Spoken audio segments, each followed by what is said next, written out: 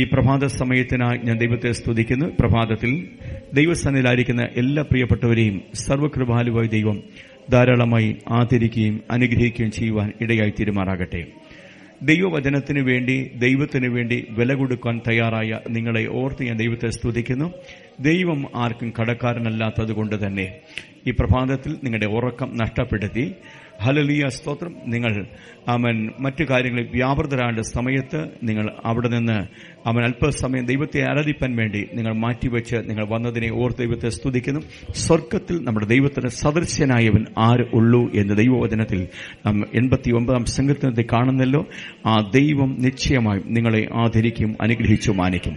ദൈവത്തിന്റെ കൃപയുടെ പെട്ടകം എടുക്കുവാൻ ദൈവം കണ്ടതായ വ്യക്തിവിധങ്ങളാണ് ഞാനും നിങ്ങളും ഓരോരുത്തരും. ആ കൃപയുടെ പെട്ടകം ചുമക്കുവാൻ ഭാഗ്യം ലഭിച്ചതിനെ ഓർത്ത് ദൈവത്തിന് സ്തോത്രം ചെയ്യുന്നു. അവൻ രക്ഷിക്കപ്പെട്ട് വീണ്ടും ജന്മം പ്രാപിച്ച ദൈവത്തിന്റെ മക്കൾ ദൈവവചനം വേദപുസ്തകം പൗലോസ് ഇപ്രകാരം പറഞ്ഞു, പ്രൈസ് ദി ലോർഡ്, ആമേൻ, ദൈവത്തിന്റെ പത്രമാണ് ഞാൻ നിങ്ങളും എന്ന് ദൈവവചനം പറയുന്നു.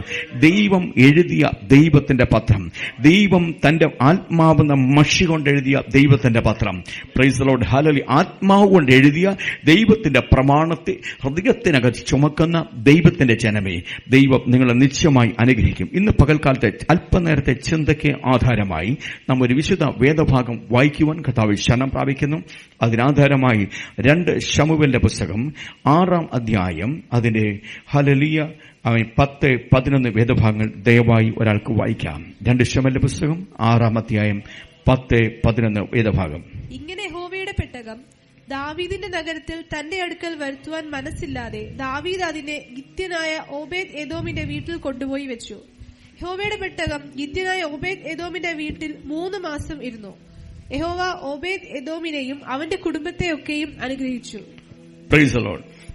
ദൈവം അനുഗ്രഹിച്ചു എന്നാണ് ആ പദം വാക്യം പറഞ്ഞ് അവസാനിക്കുന്നത്. എന്തുകൊണ്ട് ദൈവം അനുഗ്രഹിച്ചു? Praise the Lord. ദൈവത്തിന്റെ പെട്ടകം നിമിത്തം ദൈവം അനുഗ്രഹിച്ചു. ആമേൻ. അവന്റെ ഭവനത്തിൽ പെട്ടകം വയ്ക്കുവാൻ ഇടയായ സാഹചര്യം വേദഭാഗം വായിക്കുമ്പോൾ കാണുന്നുണ്ട്. ഒരിക്കൽ നഷ്ടപ്പെട്ടുപോയ ശൗലിന്റെ കാലഘട്ടത്ത് നഷ്ടപ്പെട്ടുപോയ ദൈവത്തിന്റെ പെട്ടകം മടക്കിക്കൊണ്ടുവന്നത് സ്തോത്രം ദൈവത്തിന്റെ ദാസനാകുന്ന ദാവീദാകുന്നു. എന്നാൽ ആ പെട്ടകം താൻ കൊണ്ടുവന്ന സമയത്ത് താൻ ആദ്യം ഒരു തെറ്റ് ചെയ്യുവാൻ ഇടയായിത്തീർന്നു.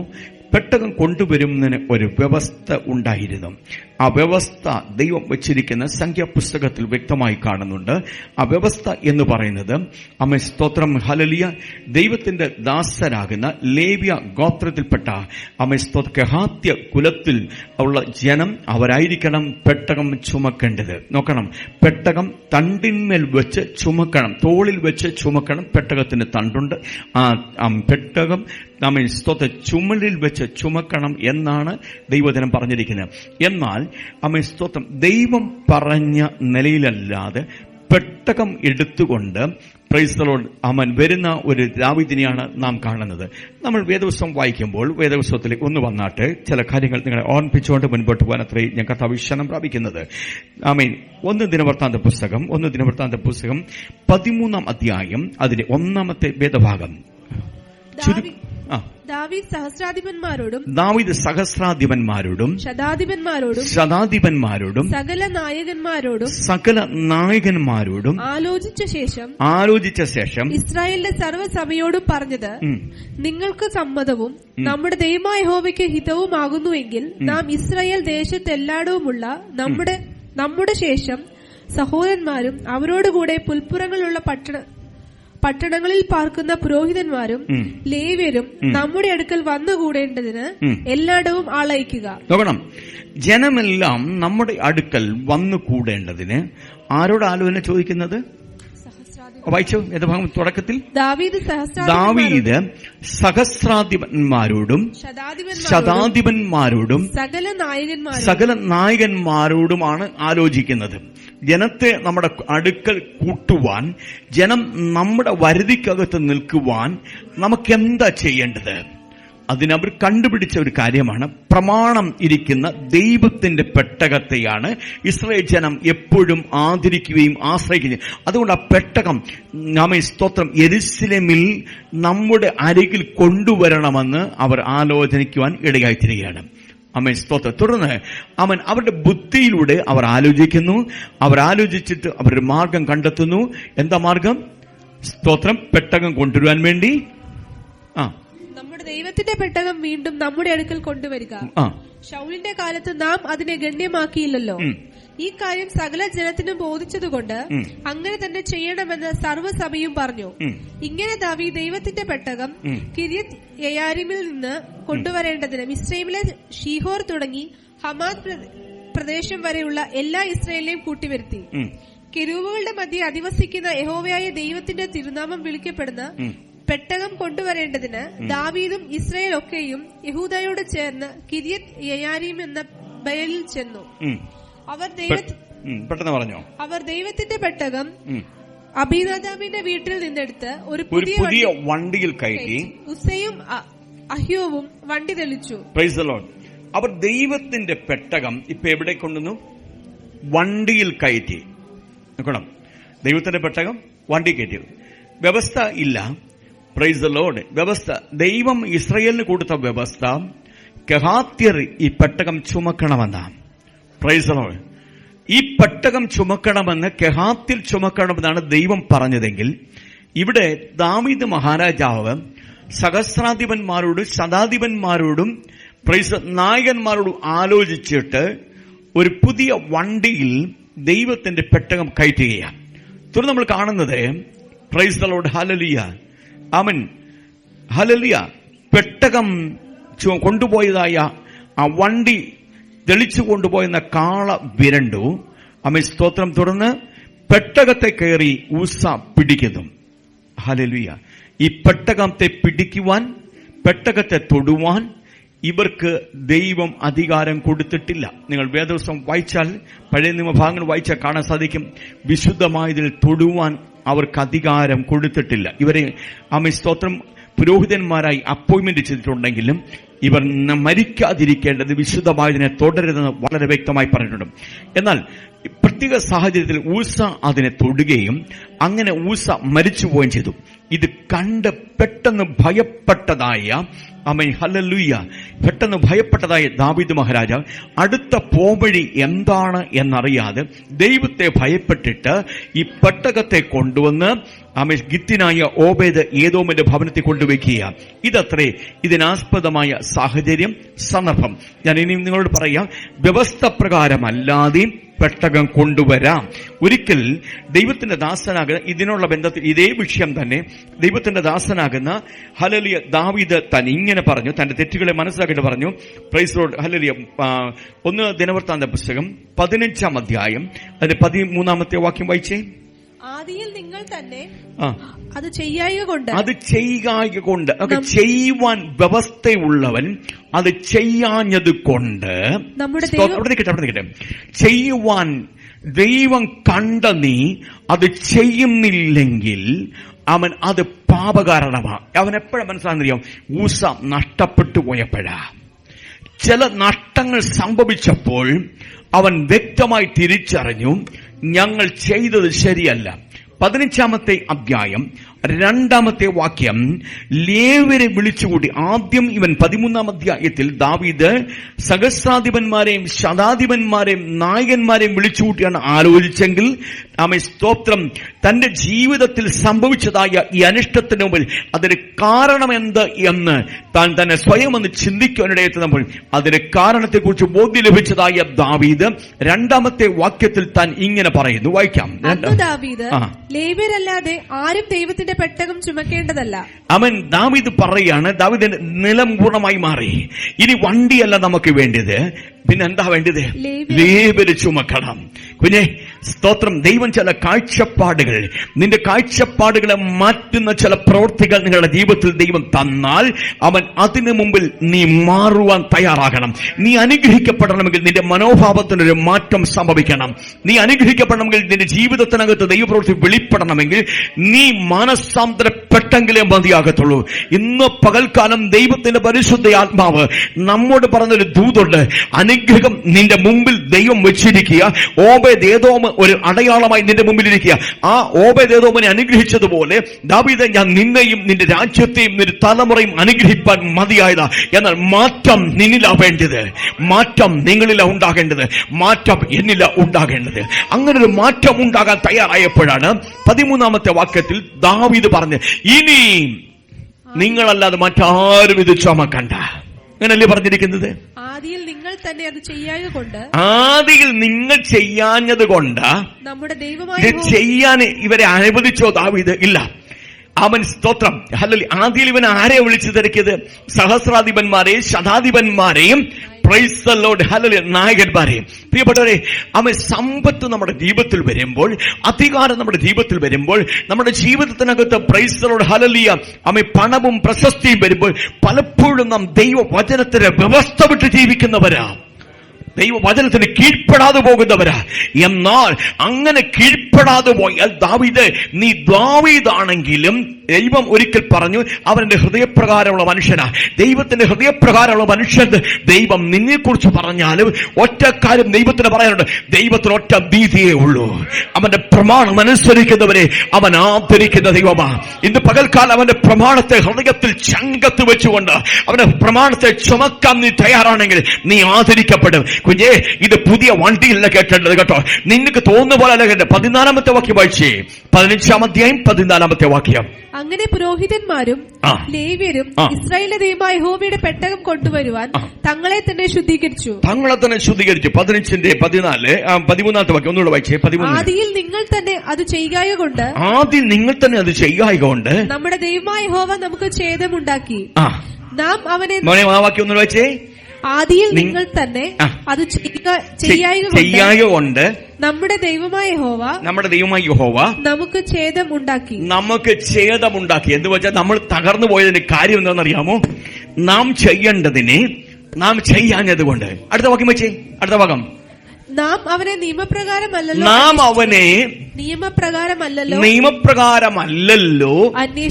അന്വേഷിച്ചത്. നിങ്ങൾ വായിച്ചു നോക്കിയാൽ മതി. നാം അവനെ, അപ്പൊ നിയമപ്രകാരം ദൈവത്തിനെ അന്വേഷിക്കുവാൻ, ദൈവത്തിന്റെ പ്രമാണത്തെ കൊണ്ടുവരുവാൻ ഒരു നിയമം ഉണ്ട്. നിയമപ്രകാരമല്ലാതെ നമുക്ക് അവനെ പിൻപറ്റാം, അല്ലേ? അവൻ, നിങ്ങൾ വേദപുസ്തകം വായിക്കുക.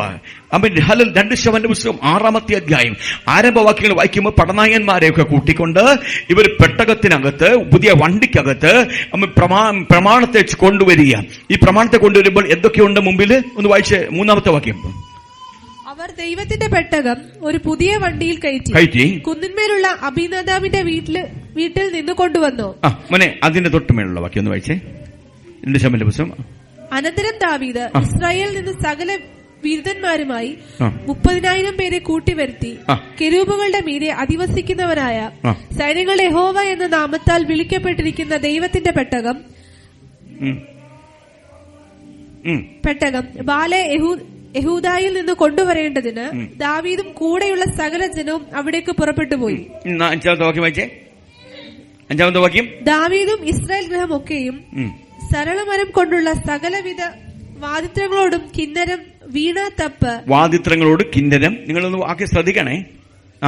വാദിത്രങ്ങളോടും കിന്നരം, വീണ, തപ്പ്, മുരജം, കൈത്താളം എന്നിവയോടും കൂടെ യഹോവയുടെ മുമ്പാകെ നൃത്തം ചെയ്തു. മതി, അവിടെ നിൽക്കേ. ഈ വണ്ടിയുടെ മുമ്പിൽ ഇപ്പൊ ആരുണ്ട്? ഈ നായകന്മാര് മുഴുവനുണ്ട്, ഇസ്രായേൽ ജനം മുഴുവനുണ്ട്. പിന്നെ നൃത്തമുണ്ടോ? ആർപ്പുണ്ടോ? എല്ലാം ഉണ്ട്. നിങ്ങൾ നോക്കി, നിങ്ങൾക്ക് ഇവിടെ വലിയ പാട്ടും നൃത്തവും ആരാധനയൊക്കെ ഉണ്ടെങ്കിൽ ദൈവം പ്രസാദിക്കുന്ന ആരും ചിന്തിക്കല്ലേ. മനസ്സിലായോ? പാട്ടും അവൻ മഹത്വമൊക്കെ കൊടുത്തതെന്ന് പറഞ്ഞുകൊണ്ട് കാര്യമൊന്നുമില്ല. വ്യവസ്ഥ പ്രകാരം നാം ജീവിക്കാനൂടെ നമ്മുടെ ജീവിതത്തിനിടയാകണം. ഞാൻ ആ ഭാഗം വായിച്ചത് നിങ്ങൾക്ക് മനസ്സിലായോ? Price the Lord. ദാവീദ് തന്റെ തെറ്റ് മനസ്സിലാക്കിവിടെ. നിയമപ്രകാരമല്ലല്ലോ നാം ദൈവത്തെ അത് പറയാൻ വേണ്ടി ഞാൻ പറഞ്ഞു. അപ്പൊ ദൈവത്തെ അന്വേഷിക്കുന്ന സമയത്ത് ഇവരുടെ കൂട്ടത്തിൽ ആരാധനയുണ്ട്. ദൈവത്തിന്റെ പെട്ടകത്തിന് മുമ്പിൽ പോകുമ്പോൾ ഇവർ ആരാധിച്ചുകൊണ്ട് പോകുന്നത്, അല്ലേ? അങ്ങനല്ലേ? വാദിത്രവും അമിസ്തവും വീണ, എല്ലാം കൊണ്ട് ദൈവത്തെ മഹത്വപ്പെടുത്തിക്കൊണ്ട് പോകുക. അപ്പൊ നോക്കണം, എല്ലാവരും ഇൻസ്ട്രുമെന്റ് വെച്ചോ ദൈവത്തെ ആരാധിച്ചുകൊണ്ട് പോകുക, പെട്ടകത്തിന് മുമ്പിൽ ഇത് ആരാധിച്ചുകൊണ്ട് പോയ, പക്ഷെ ദൈവം മാത്രം അവരോടില്ല. നോക്കണം പ്രിയപ്പെട്ടവരെ, ഇന്ന് പകൽക്കാരൻ ദൂത് വിളിച്ച് പറയാം, പ്രമാണത്തിന് വ്യവസ്ഥയ്ക്കും വിരോധമായി നീ ജീവിച്ച എത്ര പാട്ടുപാടിയാലും എത്ര ശക്തമായി നിന്നെ ഇൻസ്ട്രുമെന്റ് വായിച്ചാലും അവിടെ ദൈവം ഉണ്ടാകത്തില്ല. അവൻ പറിച്ച് മനുഷ്യ കോലാഹലം മാത്രമേ ഉണ്ടാകത്തുള്ളൂ. എന്ന പ്രമാണത്തിനകത്ത് നിന്ന് മുൻപോട്ട് പോകാൻ തയ്യാറുണ്ടെങ്കിൽ ഒരു വണ്ടി വേണ്ട, സ്തോത്രം, നിന്റെ ധനം വേണ്ട, നിന്റെ മാനം വേണ്ട, എന്റെ ദൈവത്തിന്റെ പ്രവൃത്തി നിനക്ക് വേണ്ടി വെളിപ്പെടുത്തുവാൻ അവൻ തയ്യാറാകുന്നവനാ. ഒരു മാനസാന്തരം എന്റെ ജീവിതത്തിൽ ഉണ്ടാകുന്നത്. ദാവീദേ, നിന്റെ ജീവിതത്തിൽ വന്ന് സംഭവിച്ച കുറവെന്താന്ന് മനസ്സിലാക്കി ഒരു മാനസാന്തര ജീവിതത്തിൽ ഉണ്ടാകുമ്പോൾ ആദ്യമെങ്കിൽ ഞാൻ വ്യവസ്ഥ പ്രകാരം അല്ലല്ലോ ദൈവത്തെ അന്വേഷിച്ചത് പറഞ്ഞിട്ട് അവൻ 13-ാമത്തെ വാക്യത്തിന് അവസാനം പറയുക, ദൈവത്തിന്റെ പ്രമാണത്തിന് വിരോധമായ യാത്ര ചെയ്തതിന് വാസ്തവ എന്നാ പ്രമാണത്തിന് വിരോധമായി സംഭവിച്ചതുകൊണ്ടാ ഛേദം സംഭവിച്ചത്. അങ്ങനെയാണെങ്കിൽ ഇന്ന് പകൽക്കാലം ഒന്ന് മടങ്ങി വരാൻ പോവുക. ക്രൈസ്തവ പ്രമാണപ്രകാരം ദൈവത്തെ ആരാധിപ്പാൻ തയ്യാറാണെങ്കിൽ നിന്നെ ആദരിക്കുന്ന ദൈവമുണ്ട്. നോക്കണം, ഗിത്യനായ ഓബേദ് ഏദോമിന്റെ ഭവനത്തിൽ ഈ ഒരു സാഹചര്യത്തില് ദാവീദ് കൊണ്ട് പെട്ടം വെച്ച്. വേറൊരു തരത്തിൽ പറഞ്ഞു കഴിഞ്ഞാൽ ഇതെങ്ങനെങ്കിലും ഒഴിഞ്ഞാൽ മതി എന്ന് ചിന്തിച്ചോണ്ട. മനസ്സിലായോ? സ്തോത്രം. ഇതേ പ്രൈസല്ലോ ചിലപ്പോൾ ചില പ്രത്യേക സന്ദർഭങ്ങളിൽ ചിലരെയൊക്കെ ശുശ്രൂഷിപ്പിക്കും. വയ്യ, ഈ ഭാരം അങ്ങ് ഒഴിഞ്ഞാൽ മതി എന്ന് വെച്ചോണ്ടായിരിക്കും ചിലരെ ശുശ്രൂഷ. പക്ഷെ അത് നിന്റെ ജീവിതത്തെ അനുഗ്രഹമാണ്. ശുശ്രൂഷിക്കുന്നവന്റെ ജീവിതത്തിൽ അനുഗ്രഹം. ഇതിനായി ഓബേദ് ഏദോമിന് വേറെ യാതൊരു മാർഗം കാണത്തില്ല. കാര്യം അവൻ രാജാവാ കൊണ്ടുവച്ചത്. രാജാവിനോട് വല്ല പറയാൻ പറ്റുമോ? പറ്റത്തില്ലെന്ന് പറയാൻ പറ്റുമോ? ഇസ്രായേൽ കാത്തിരുന്നൊരു പെട്ടകം അവരുടെ മുമ്പിലേക്ക് വരുന്നത്. ആദരണീയനായ ദൈവത്തിന്റെ ഹല്ലേലൂയ മഹത്വം ഇറങ്ങി വരുന്ന ദൈവത്തിന്റെ പെട്ടകത്തെ അവന്റെ മുമ്പിൽ കൊണ്ടുവച്ചപ്പോൾ ഒരു മടിയും പറയാതെ അവൻ ആ പെട്ടകത്തിന് തന്റെ ഭവനത്തില് ഏറ്റവും ശ്രേഷ്ഠമായ ഒരു മുറി കൊടുത്തിട്ട് ആ മുറിക്കകത്ത് പെട്ടകത്തെ വെച്ച് ദൈവത്തെ ആദരിപ്പാൻ ഗിത്യനായ ഓബേദ് ഏദോം തയ്യാറായെങ്കിൽ അവനോട് ദൈവത്തിന് അവൻ ഒരു സന്ദേശമുണ്ട്. കുഞ്ഞേ, നിന്നെ ആദരിക്കുവാൻ ഞാൻ മതിയായവനാ. എന്റെ വ്യവസ്ഥ വിട്ട് ജീവിച്ച, എന്റെ വ്യവസ്ഥ വിട്ട് അന്വേഷിച്ച, എന്റെ വ്യവസ്ഥ വിട്ട് എന്നെ അവൻ സ്തോത്രം ഹാലിൽ പിന്തുടർന്ന അവൻ ദാവീദിന്റെ അവന്റെ നടപടികളെ ഞാൻ ഹാലിലെ ഛേദിക്കാൻ ഇടയായെങ്കിൽ അവൻ ഇന്നും നീ എന്റെ വ്യവസ്ഥ അനുഗ്രഹിപ്പാൻ, വ്യവസ്ഥയെ പിൻപറ്റാൻ തയ്യാറാണെങ്കിൽ നീ പറയുവാൻ ദാവീദിനെ പോലെ അധികാരമുള്ളവനായിരിക്കത്തില്ല. അവൻ ദാവീദിനെ പോലെ ധനമുള്ളവനായിരിക്കത്തില്ല. നീ ഒരു രാജാവായിരിക്കത്തില്ല. നീ വെറും ഒരു പൗരൻ മാത്രമാണെങ്കിൽ നീ എന്നെ മാനിപ്പാൻ തയ്യാറായതുകൊണ്ട് ഞാൻ നിന്നെ മാനിക്കുന്ന ദൈവമാണെന്ന് ദൈവവചനത്തിൽ കാണാൻ സാധ്യമായിട്ട് 2 ശമൂവേലിന്റെ പുസ്തകം 6-ാം അധ്യായം 10-ാമത്തെ വേദഭാഗം പറയുന്നു, പ്രമാണത്തിൽ ഇരിക്കാൻ സ്ഥലം കൊടുത്ത ഓബേദ് ഏദോമിന്റെ ഭവനം അത് നിമിത്തം അനുഗ്രഹിക്കപ്പെട്ടു. Praise the Lord. 1 ദിനവൃത്താന്ത പുസ്തകം നാം വായിക്കുന്ന 13-ാം അധ്യായം 13-ാമത്തെ വാക്യം ഒന്ന് വായിച്ചേ. അങ്ങനെ ദാവീദ് പെട്ടകം തന്റെ അടുക്കൽ ദാവീദിന്റെ നഗരത്തിൽ കൊണ്ടുവരാതെ ഗിത്യനായ ഓബേദ് ഏദോമിന്റെ വീട്ടിലേക്ക് മാറ്റിക്കൊണ്ടുപോയി. അടുത്തത് ദൈവത്തിന്റെ പെട്ടകം ഓബേദ് ഏദോമിന്റെ കുടുംബത്തോടുകൂടെ 3 മാസം അവന്റെ വീട്ടിലിരുന്നു. ദൈവത്തിന്റെ പെട്ടകം എത്ര നാളിരുന്നു? 3 മാസം വരും. 3 മാസം വരുന്നപ്പോഴും ഇവൻ എന്തെങ്കിലും പദം പറഞ്ഞു. എന്നും എന്റെ വീട്ടിൽ തന്നെയാ പ്രാർത്ഥന, എന്റെ വീട്ടിൽ തന്നെയാ എന്നും ആരാധന, എന്നും ഇവർക്ക് എന്നും ഞാൻ കാപ്പി കൊടുത്തോണ്ടിരിക്കുക. നമ്മളൊക്കെ പദം പറയും. നമ്മൾ ഒരാഴ്ച നടത്തി, അടുത്ത ആഴ്ച നടത്തി, അതിന്റെ അടുത്ത ആഴ്ച നമ്മുടെ വീട്ടിൽ പ്രാർത്ഥന നടത്തുമ്പോൾ 3-ാമത്തെ ആഴ്ച ആദ്യത്തെ ആഴ്ച ചോദിക്കും, പാസ്റ്ററെ എന്നാ ഞങ്ങളുടെ വീട്ടിൽ പ്രാർത്ഥന നടത്തുന്നത്? ഓ സന്തോഷത്തോട് സഹോദരൻ, നിങ്ങളുടെ വീട്ടിൽ ഈ ആഴ്ച സന്തോഷമായി. 2-ാമത്തെ ആഴ്ചയും ആമേൻ സ്തോത്രം സന്തോഷത്തോട്. 3-ാമത്തെ ആഴ്ച 4-ാമത്തെ ആഴ്ച വരുമ്പോൾ അല്പം ഞങ്ങളുടെ വീട് മാത്രമേ ഉള്ളൂ, ഒരു പരിപാടിയും നടക്കുന്നില്ല. വെളിയിലൊന്ന് പോണമായിരുന്നു, സാധനം വാങ്ങിക്കണമായിരുന്നു, പക്ഷെ പറഞ്ഞു പോയി. പാസ്റ്റർ ഇപ്പം മാറുന്നില്ല. നോക്കണേ, ഗിത്യനായ ഓബേദ് ഏദോം എന്തോ പറഞ്ഞത്? എന്തെങ്കിലും പറഞ്ഞോ? പെട്ടകം എല്ലാ ദിവസവും അവിടെ ഇരിക്കുക. ഒരു ദിവസം വന്നിരുന്നത്, 2 ദിവസം വന്നിരുന്നത്, 3 മാസം 90 ദിവസം വരുന്നു. 90 ദിവസം വരുന്നു. നിന്റെ അനുഗ്രഹം 90 ദിവസം. ആമൻ 90 ദിവസത്തെ പെട്ടകത്തെ ഇരിക്കാൻ ആമ അനുവാദം കൊടുത്തെങ്കിൽ ആമൻ സ്തോത്രം, ജീവിതകാലം മുഴുവൻ നീ അനുഭവിക്കുന്ന ഒരു അനുഗ്രഹം നിനക്ക് വേണ്ടി സ്വർഗം ഒരുക്കും. ഞാൻ തെളിയിച്ചു തരാം. Price the Lord. ഞാൻ തെളിയിച്ചുതരാം, നിങ്ങളോട് തെളിയിച്ചുതരാം, വചനത്തോട് തെളിയിച്ചുതരാം. അവൻ ഒറ്റ ദിവസം കൊണ്ട് അനുഗ്രഹം തീർന്നില്ല. ഓബേദ്ഏദോമിന്റെ അനുഗ്രഹം ഒറ്റ ദിവസം കൊണ്ട് തീർന്നില്ല. കുഞ്ഞെ, 90 ദിവസം നിന്റെ വീട്ടിൽ പെട്ടകം വയ്ക്കാൻ നീ ചുമല് കൊടുക്കാൻ നീ തയ്യാറാണെങ്കിൽ നിന്റെ ജീവിതത്തെ അനുഗ്രഹിക്കുന്ന ദൈവമുണ്ടെന്ന് ദൈവം തലമുറയെ നോക്കിക്കൊണ്ട് പറയുക. Price the Lord. ഹല്ലേലൂയ. വായിക്കാം. ഇനി നമ്മൾ ആ ഭാഗം ഒന്ന് തെളിയിക്കണമല്ലോ. Price the Lord. ഇനി നമ്മൾ വായിക്കുന്നത് 1 ദിനവൃത്താന്ത പുസ്തകം 26-ാമത്തെ അധ്യായം 3 മുതലുള്ള വേദഭാഗങ്ങൾ. 1 ദിനവൃത്താന്ത പുസ്തകം 26-3 മുതൽ വേദഭാഗങ്ങൾ. ഓബേദ്ഏദോമിന്റെ പുത്രന്മാർ: ആദിജാതൻ, യോശബാദ് രണ്ടാമൻ, യോവാവ് മൂന്നാമൻ, സാഖർ നാലാമൻ, നെഥനയേൽ അഞ്ചാമൻ, അമിയൽ ആറാമൻ, ഇസ്സാഖാർ ഏഴാമൻ, പെയ്ലുദായി എട്ടാമൻ. ദൈവം അവനെ അനുഗ്രഹിച്ച. ഞാൻ ഈ ഭാഗം ഒന്ന് വായിച്ച, കഴിഞ്ഞ ആഴ്ച ഈ ഭാഗം ഒന്ന് വായിച്ചപ്പോൾ എന്നെ ഒത്തിരി സന്തോഷിച്ച വിഷയമാണ്. അവൻ എന്തായി സന്തോഷിപ്പിച്ച കാര്യമെന്ന് ചോദിച്ചാൽ, ദൈവത്തിന്റെ പെട്ടകത്തിന് ഇരിക്കാൻ 3 മാസത്തിൽ കൂടുതൽ ഇരുത്തണമെന്ന് ആഗ്രഹം ഉണ്ടായിരുന്നു. സ്തോത്രം. അനുഗ്രഹം വരാൻ തുടങ്ങിയത് കണ്ടപ്പോൾ ദാവീദ് വന്നു പറഞ്ഞു, അവൻ അത് നിമിത്തം ദൈവം ഓബേദ്ഏദോമിനെ അനുഗ്രഹിച്ചത് കണ്ടപ്പോൾ ദാവീദ് പറഞ്ഞു, ഇത് നമുക്ക് ഇവിടെ മതി, ഇവർ കൂടുതൽ അനുഗ്രഹിക്കപ്പെട്ടാൽ ശരിയാകത്തില്ല. അതുകൊണ്ട് ഈ അനുഗ്രഹം ഞങ്ങളുടെ വീട്ടിൽ കൊണ്ടുവരണം, ഞങ്ങളുടെ ഭവനത്തിൽ കൊണ്ടുവരണം, ഞങ്ങളുടെ കാലത്തിൽ ഞങ്ങളുടെ കൂട്ടായ്മ അവൻ അനുഗ്രഹത്തെ കൊണ്ടുപോകാൻ തുടങ്ങി. ഓക്കെ, അത് പോയിക്കോട്ടെ. സ്തോത്രം. അല്ലെ. എന്നാൽ ഇവന് 3 മാസം പെട്ടകം ഇരിക്കാൻ അനുവാദം കൊടുത്തതുവരെ ദൈവം എങ്ങനെ അനുഗ്രഹിച്ചതാ പറയുന്നത്? അനുഗ്രഹം ഒരു ദിവസം കൊണ്ട് തീർന്നില്ല, സമ്പത്ത് കൊണ്ട് തീർന്നില്ല, അവൻ അനുഗ്രഹത്തെ ആത്മീയം കൊണ്ട് തീർക്കത്തില്ല. കുഞ്ഞെ, ദൈവത്തിന്റെ വചനം പറയുന്നു, തമ്പുരാന്റെ വചനത്തെ യേശു ക്രിസ്തുവിനെ ഹൃദയത്തിൽ സ്വീകരിക്കാൻ തയ്യാറുണ്ടെങ്കിൽ നീ നിമിത്തം നിന്നെയും നിന്റെ കുടുംബത്തെയും ആദരിക്കുന്ന ദൈവമുണ്ട്. സ്തോത്രം. അപ്പോസ്തലരുടെ പുസ്തകം 16-ാം അധ്യായം നമ്മൾ വായിക്കുമ്പോൾ അതിന്റെ 31-ാമത്തെ വേദഭാഗത്ത് പറയും, കർത്താവായ യേശു ക്രിസ്തുവിൽ വിശ്വസിക്കുക, എന്നാൽ നീയും നിന്റെ കുടുംബവും രക്ഷ പ്രാപിക്കും. നോക്കണം, അതിനകത്ത് പറഞ്ഞിരിക്കുന്നത് കുടുംബം എന്ന പദമാണ്. കുടുംബത്തിനകത്ത് ആരുണ്ട്? നിന്റെ ഭാര്യയുണ്ട്, നിന്റെ ഭർത്താവുണ്ട്, നിന്റെ കുഞ്ഞുങ്ങളുണ്ട്. സ്തോത്രം. ഹല്ലേലൂയ. നീ വിശ്വസിക്കാൻ തയ്യാറാണെങ്കിൽ, നീ ദൈവത്തിന്റെ വചനത്തെ ഏറ്റെടുക്കാൻ തയ്യാറാണെങ്കിൽ, നീ ദൈവ സവചനത്തിന് ഹൃദയത്തിൽ സ്ഥാനം കൊടുക്കാൻ തയ്യാറാണെങ്കിൽ ദൈവം അത് നിമിത്തം നിന്നെ അനുഗ്രഹിക്കും, നിന്റെ കുടുംബത്തെ അനുഗ്രഹിക്കും. ആമേൻ. ഹല്ലേലൂയ. അതിനുള്ള ബന്ധത്തിലാണ് ഞാൻ ഈ വിഷയം ഓർത്ത് സന്തോഷിക്കാൻ ഇടയാത്തത്. വായിച്ച വേദഭാഗത്തിനും മടങ്ങി വരികയാണ്. 1 ദിനവൃത്താന്ത പുസ്തകം 26-ാം അധ്യായം 3-ാമത്തെ വാക്യത്തിലാണ് നമ്മൾ കടന്നു വരുന്നത്. അവൻ ഓബേദ്ഏദോമിന്റെ തലമുറയെ കുറിച്ച് വിശദമായി പറഞ്ഞിട്ട് 4-ാമത്തെ വാക്യം. മോനെ ഒരു മിനിറ്റ്, 5-ാമത്തെ വാക്യം തൊട്ട് വായിച്ചാട്ടെ. 5-ാമത്തെ വാക്യം തൊട്ട് വായിച്ചാട്ടെ. നെഥനയേൽ 5-ാമൻ, അമിയേൽ 6-ാമൻ, ഇസ്സാഖാർ 7-ാമൻ,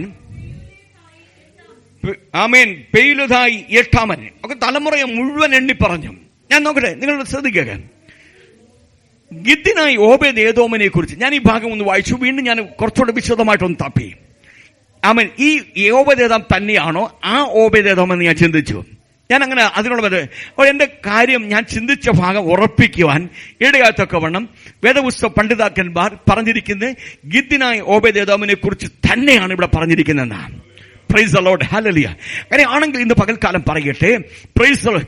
ഗിദ്യനായ ഓബേദ്ഏദോം എന്ന് പറഞ്ഞ് ആ മനുഷ്യൻ അവരുടെ തലമുറയെ മുഴുവൻ വേദപുസ്തകം എണ്ണി പറഞ്ഞിരിക്കുകയാണ്. നീ ദൈവത്തിന്റെ പെട്ടകം കുഴിക്കാൻ സ്ഥാനം കൊടുത്ത 1-ാമത്തെ സംഭവം, നിന്റെ തലമുറ ചരിത്രത്തിന് താളുകളിൽ ഇടം പിടിക്കത്തക്കവണ്ണം ദൈവം നിന്നെ ആദരിച്ചു. മനസ്സിലായോ? ആമേൻ. മറ്റൊരുവന്റെ തലമുറയെ കുറിച്ചും എണ്ണി പറയാത്തപ്പോൾ എന്താ ഓബേദ്ഏദോമേ, നിന്റെ തലമുറയെ എണ്ണി അവൻ ഓരോ തലമുറയെ കുറിച്ച് പറയുവാൻ രേഖപ്പെടുത്തിയിടയാത്ത ദൈവത്തിന്റെ പെട്ടകത്തെ ഹൃദയത്തിനകത്ത് വയ്ക്കുവാൻ, ദൈവത്തിന്റെ പെട്ടകത്തെ ഭവനത്തിൽ വയ്ക്കുവാൻ നീ അനുവാദം കൊടുത്തത് കൊണ്ടാണ്. ഇനി നമുക്ക് ആ ഭാഗം വായിക്കുകയാണ്. അടുത്ത വാക്യം. ദൈവം അവനെ അനുഗ്രഹിച്ചു. ഒരു തലമുറയുടെ പേര് പറഞ്ഞു പറയാം, ദൈവം അവനെ അനുഗ്രഹിച്ചതും. ഒരു തലമുറയെ മാത്രമാണോ? വായിച്ചു, അടുത്ത ഭാഗം വായിച്ചേ.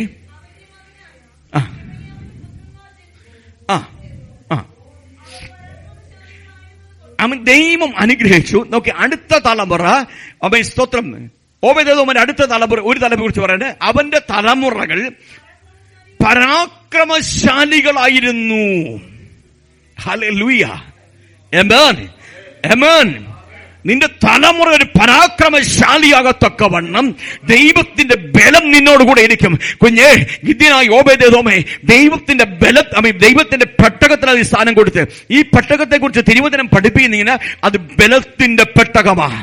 എന്താ തിരുവചനം പറഞ്ഞത്? അപ്പൊ ബലത്തിന്റെ പെട്ടകം വയ്ക്കാൻ ജീവിതത്തിൽ ഇടം കൊടുത്ത ഓബേദേദോമിന്റെ ജീവിതത്തിൽ അവന്റെ തലമുറയ്ക്ക് അവന്റെ അനന്തര അവകാശികളെ കുറിച്ച് വേദപുസ്തകം പറഞ്ഞ് അത് പരാക്രമശാലികളായി മാറി. എന്താ പരാക്രമശാലി മാറി? അത് ബലത്തിന്റെ പെട്ടകമാ. ബലത്തിന്റെ പെട്ടകത്തിനകത്ത് വ്യാപരിക്കുന്ന ദൈവശക്തി, പ്രൈസ് ദി ലോർഡ്, അവന്റെ തലമുറകളെ, അതല്ലെങ്കിൽ അവന്റെ കടിപ്രദേശത്ത് ഉത്ഭവിക്കാൻ പോകുന്നതിനെ പരാക്രമശാലിയാക്കി മാറ്റിയെങ്കിൽ ഇന്ന് പകൽക്കാലം പകൽച്ചു പറയട്ടെ, ദൈവത്തിന്റെ പെട്ടകത്തെ ഹൃദയത്തിൽ ചുമക്കാനിടയാതെ കുഞ്ഞെ, നിന്റെ തലമുറ, ഇപ്പോൾ നിനക്കുള്ള തലമുറ, ഇനി നിനക്ക് ജനിക്കാൻ പോകുന്ന അവരുടെ തലമുറ, അവൻ സ്തോത്രം, ഹല്ലേലൂയ, ദൈവം അതിനെ പരാക്രമശാലിയാക്കി മാറ്റുവാൻ ദൈവം ബലത്തിന്റെ ആത്മാവിനെ ദൈവം നിങ്ങളുടെ മേൽ പകർന്നു നൽകും. അടുത്ത വാക്യം വായിച്ചേ. തങ്ങളുടെ പിതൃഭവനത്തിന് പ്രമാണികളായിരുന്നു. അവനടുത്ത് പരാക്രമശാലി എന്ന് പറഞ്ഞുകൊണ്ട് തീർന്നില്ല, അവർ പ്രമാണിമാരായി തീർന്നു. നിന്റെ തലമുറ പ്രമാണിമാരായി തീർന്നു. നോക്കണം, പിതൃഭവനത്തിലൊക്കെയും പ്രമാണിമാരായി തീർന്നു. അവനടുത്തത് ശെമയ്യാവിന്റെ പുത്രന്മാർ ഒത്നി, രഫായേൽ, ഓബേദ്, എൽസാബാദ്, അവന്റെ സഹോദരന്മാർ പ്രാപ്തന്മാരായിരുന്നു. നോക്കണം, സഹോദരന്മാര് ഇവർ പ്രമാണിമാരായി തീർന്നു. ഇപ്പൊ എന്താ പറയാ? പ്രാപ്തന്മാരായിരുന്നു എന്ന് പറഞ്ഞാൽ അവർക്ക് അസാധ്യമായതൊന്നുമില്ല. Price the Lord. അടുത്ത ഭാഗം ഒന്ന് വായിച്ചേ. എലിഹു, സെമഖ്യാവ്, ഇവർ എല്ലാവരും ഓബേദ് ഏദോമിന്റെ പുത്രന്മാരുടെ കൂട്ടത്തിലുള്ളവർ. അവരും പുത്രന്മാരും സഹോദരന്മാരും ശുശ്രൂഷയ്ക്ക് അതിപ്രാപ്തന്മാരായിരുന്നു. അതിപ്രാപ്തന്മാരായിരുന്നു. ആ വാക്ക് മേളത്തെ വാക്യത്തിൽ പ്രാപ്തന്മാരായിരുന്നു. അടുത്ത വാക്യത്തിൽ പറയുന്നത് അതിപ്രാപ്തന്മാർ. സാധാരണ ശുശ്രൂഷയല്ല, അവൻ സാധാരണ ഒരു അനോയിന്റ്മെന്റ് അല്ല, അവൻ ഓർഡിനറി അനോയിന്റ്മെന്റ് അല്ല ദൈവം നിന്റെ മേൽ പകരുന്നത്. അവന്റെ തലമുറയുടെ മേൽ എന്ത് പകർച്ച കൊടുത്ത് അതിശ്രേഷ്ഠതയുള്ള ഒരു ഒരു അനോയിന്റ്മെന്റ് ദൈവം കൊടുക്കുകയാണ്. എക്സ്ട്രാ ഓർഡിനറി അനോയിന്റ്മെന്റ് ദൈവം അവന്റെ മേൽ കൊടുക്കുക. നിങ്ങൾ നോക്കി, എണ്ണി എത്ര അനുഗ്രഹം നിങ്ങൾ കണ്ടു. ഒന്നാം തുടങ്ങി ഇങ്ങനെ അവന്റെ തലമുറയെ എണ്ണിപ്പറഞ്ഞ് ആ പേരുകളെല്ലാം അവൻ സ്തോത്രം ദൈവവചനത്തിൽ അത് രേഖപ്പെടുത്തി വെച്ച് 8 തലമുറയുടെയും പേര് രേഖപ്പെടുത്തി അവനെ ചരിത്രത്തിന്റെ ഇടം പിടിച്ചു. പ്രൈസ്. ഒന്നാം അവന്റെ ചരിത്രത്തും അവൻ സ്തോത്രം ഗിദ്യോനായ ഓബേദേദോമിന്റെ ചരിത്രം ദൈവം മാറ്റി എഴുതി. അവന്റെ തലമുറയെ ദൈവം ആദരിച്ചു. അല്ലേ? ഒന്ന്, തലമുറയെ ആദരിക്കുന്ന ഒരു ദൈവം. നീ ദൈവസന്നിധി കടന്നു വന്ന് ക്രമീകരണം പ്രാപിച്ചാൽ നിന്റെ തലമുറ ദൈവം ആദരിക്കും. അടുത്ത രണ്ടാമത് നമ്മൾ കണ്ടത്, പ്രൈസ് ദി ലോർഡ്, ഹല്ലേലൂയ. രണ്ടാമത് എന്ത് കണ്ടത്? അവർ ദൈവത്തിന്റെ സന്നിധിയിൽ, പ്രൈസ് ദി ലോർഡ്, ദൈവം അവനെ അനുഗ്രഹിച്ചു. ഒരു തലമുറയുടെ പേര് പറഞ്ഞ ദൈവം അവനെ അനുഗ്രഹിച്ചു. Praise the Lord, hallelujah. പെയ്യുന്നതായി ദൈവം അനുഗ്രഹിച്ചു. Praise the Lord. എട്ടാമനെ ആമേൻ. അടുത്ത നമ്മൾ ഹല്ലേലൂയ 6ാമത്തെ വാക്യത്തിൽ കാണുന്ന പരാക്രമശാലികളായ തലമുറകളായി അവർ വളർന്നു വന്നു. ഹല്ലേലൂയ, ആമേൻ. പരാക്രമശാലികളായിരുന്നു എന്ന് വെച്ചാൽ ദൈവത്തിന്റെ ബലമുള്ള സ്തോത്രം. ഒരിക്കൽ വേദപുസ്തകം രേഖപ്പെടുത്തിയ ഒരു പരാക്രമശാലിയാ, പ്രൈസ് ദി ലോർഡ്, ഗിദെയോൻ. ന്യായാധിപതിയുടെ പുസ്തകമാണ്. അവിടെ വെച്ച് ദൈവം അവനോട് വിളിക്കുന്നവരും അല്ലയോ പരാക്രമശാലിയെ എന്ന് പറയും. എന്താ വിളിക്കാൻ കാര്യം? അവനോട് പറഞ്ഞു, നീ ബലവുമായി കടന്നുപോ. ഏത് ബലം? എന്റെ ബലവുമായി. Praise the Lord, hallelujah. ദൈവം തന്റെ ആത്മാവിൽ തന്റെ ബലം അവന്റെ മേൽ പകർന്ന് അവനെ പരാക്രമശാലിയാക്കി മാറ്റിയപ്പോൾ ഇതാ ഗിദ്യോനായ ഓബേദേദോമിന്റെ തലമുറയും ദൈവം പരാക്രമശാലിയാക്കി മാറ്റി. അടുത്ത വാക്യത്തിൽ കാണുന്നത് അവർ എല്ലാവരും പ്രമാണിമാരായിരുന്നു. Praise the Lord, hallelujah. നോക്കണം, അപ്പൊ ഈ ആരാധനയ്ക്കും വചനത്തിനും ജീവിതത്തിൽ സ്ഥാനം കൊടുത്ത് അനുഗ്രഹിക്കപ്പെടും. പ്രൈസ്. അവരെല്ലാവരും പ്രമാണിമാരായിരുന്നു. അടുത്തത് അവർ പ്രാപ്തന്മാരായിരുന്നു. അടുത്ത വാക്യം പറഞ്ഞ അവസാനിപ്പി അവർ ശുശ്രൂഷയിൽ അതിപ്രാപ്തന്മാരുമായിരുന്നു. Price the Lord. കണ്ടോ? നിങ്ങള് കണ്ടോ? സ്തോത്രം, ഹല്ലേലൂയ, ആമേൻ. അങ്ങനെയാണെങ്കിൽ ഈ പെട്ടകം ഇരുന്ന് 90 ദിവസം മാത്രമേ അനുഗ്രഹം ഉണ്ടായിരുന്നുള്ളൂ, അല്ലല്ലോ? Price the Lord. ഈ പെട്ടകത്തെ ജീവിതത്തിൽ സ്ഥാനം കൊടുക്കാൻ ഇടയാകുന്നെങ്കിൽ ഇന്ന് ഇപ്പോൾ ഈ സന്ദേശം കേൾക്കുന്നവരും പിന്നീട് ഈ സന്ദേശം കേൾക്കുന്നവരുമായ എല്ലാ പ്രിയപ്പെട്ടവരോട് പറയട്ടെ, ദൈവം നിങ്ങളെ തലമുറകളെ ഓർത്ത് ആദരിക്കും. ദൈവം നിങ്ങളെ മാനിക്കും. ദൈവത്തിന്റെ കൃപ നിങ്ങളുടെ മേൽ ചൊരിയപ്പെടുവാൻ ദൈവം സഹായിക്കും. നമ്മുടെ കണ്ണുകൾ നമുക്കൊരു നിമിഷം അടയ്ക്കാം.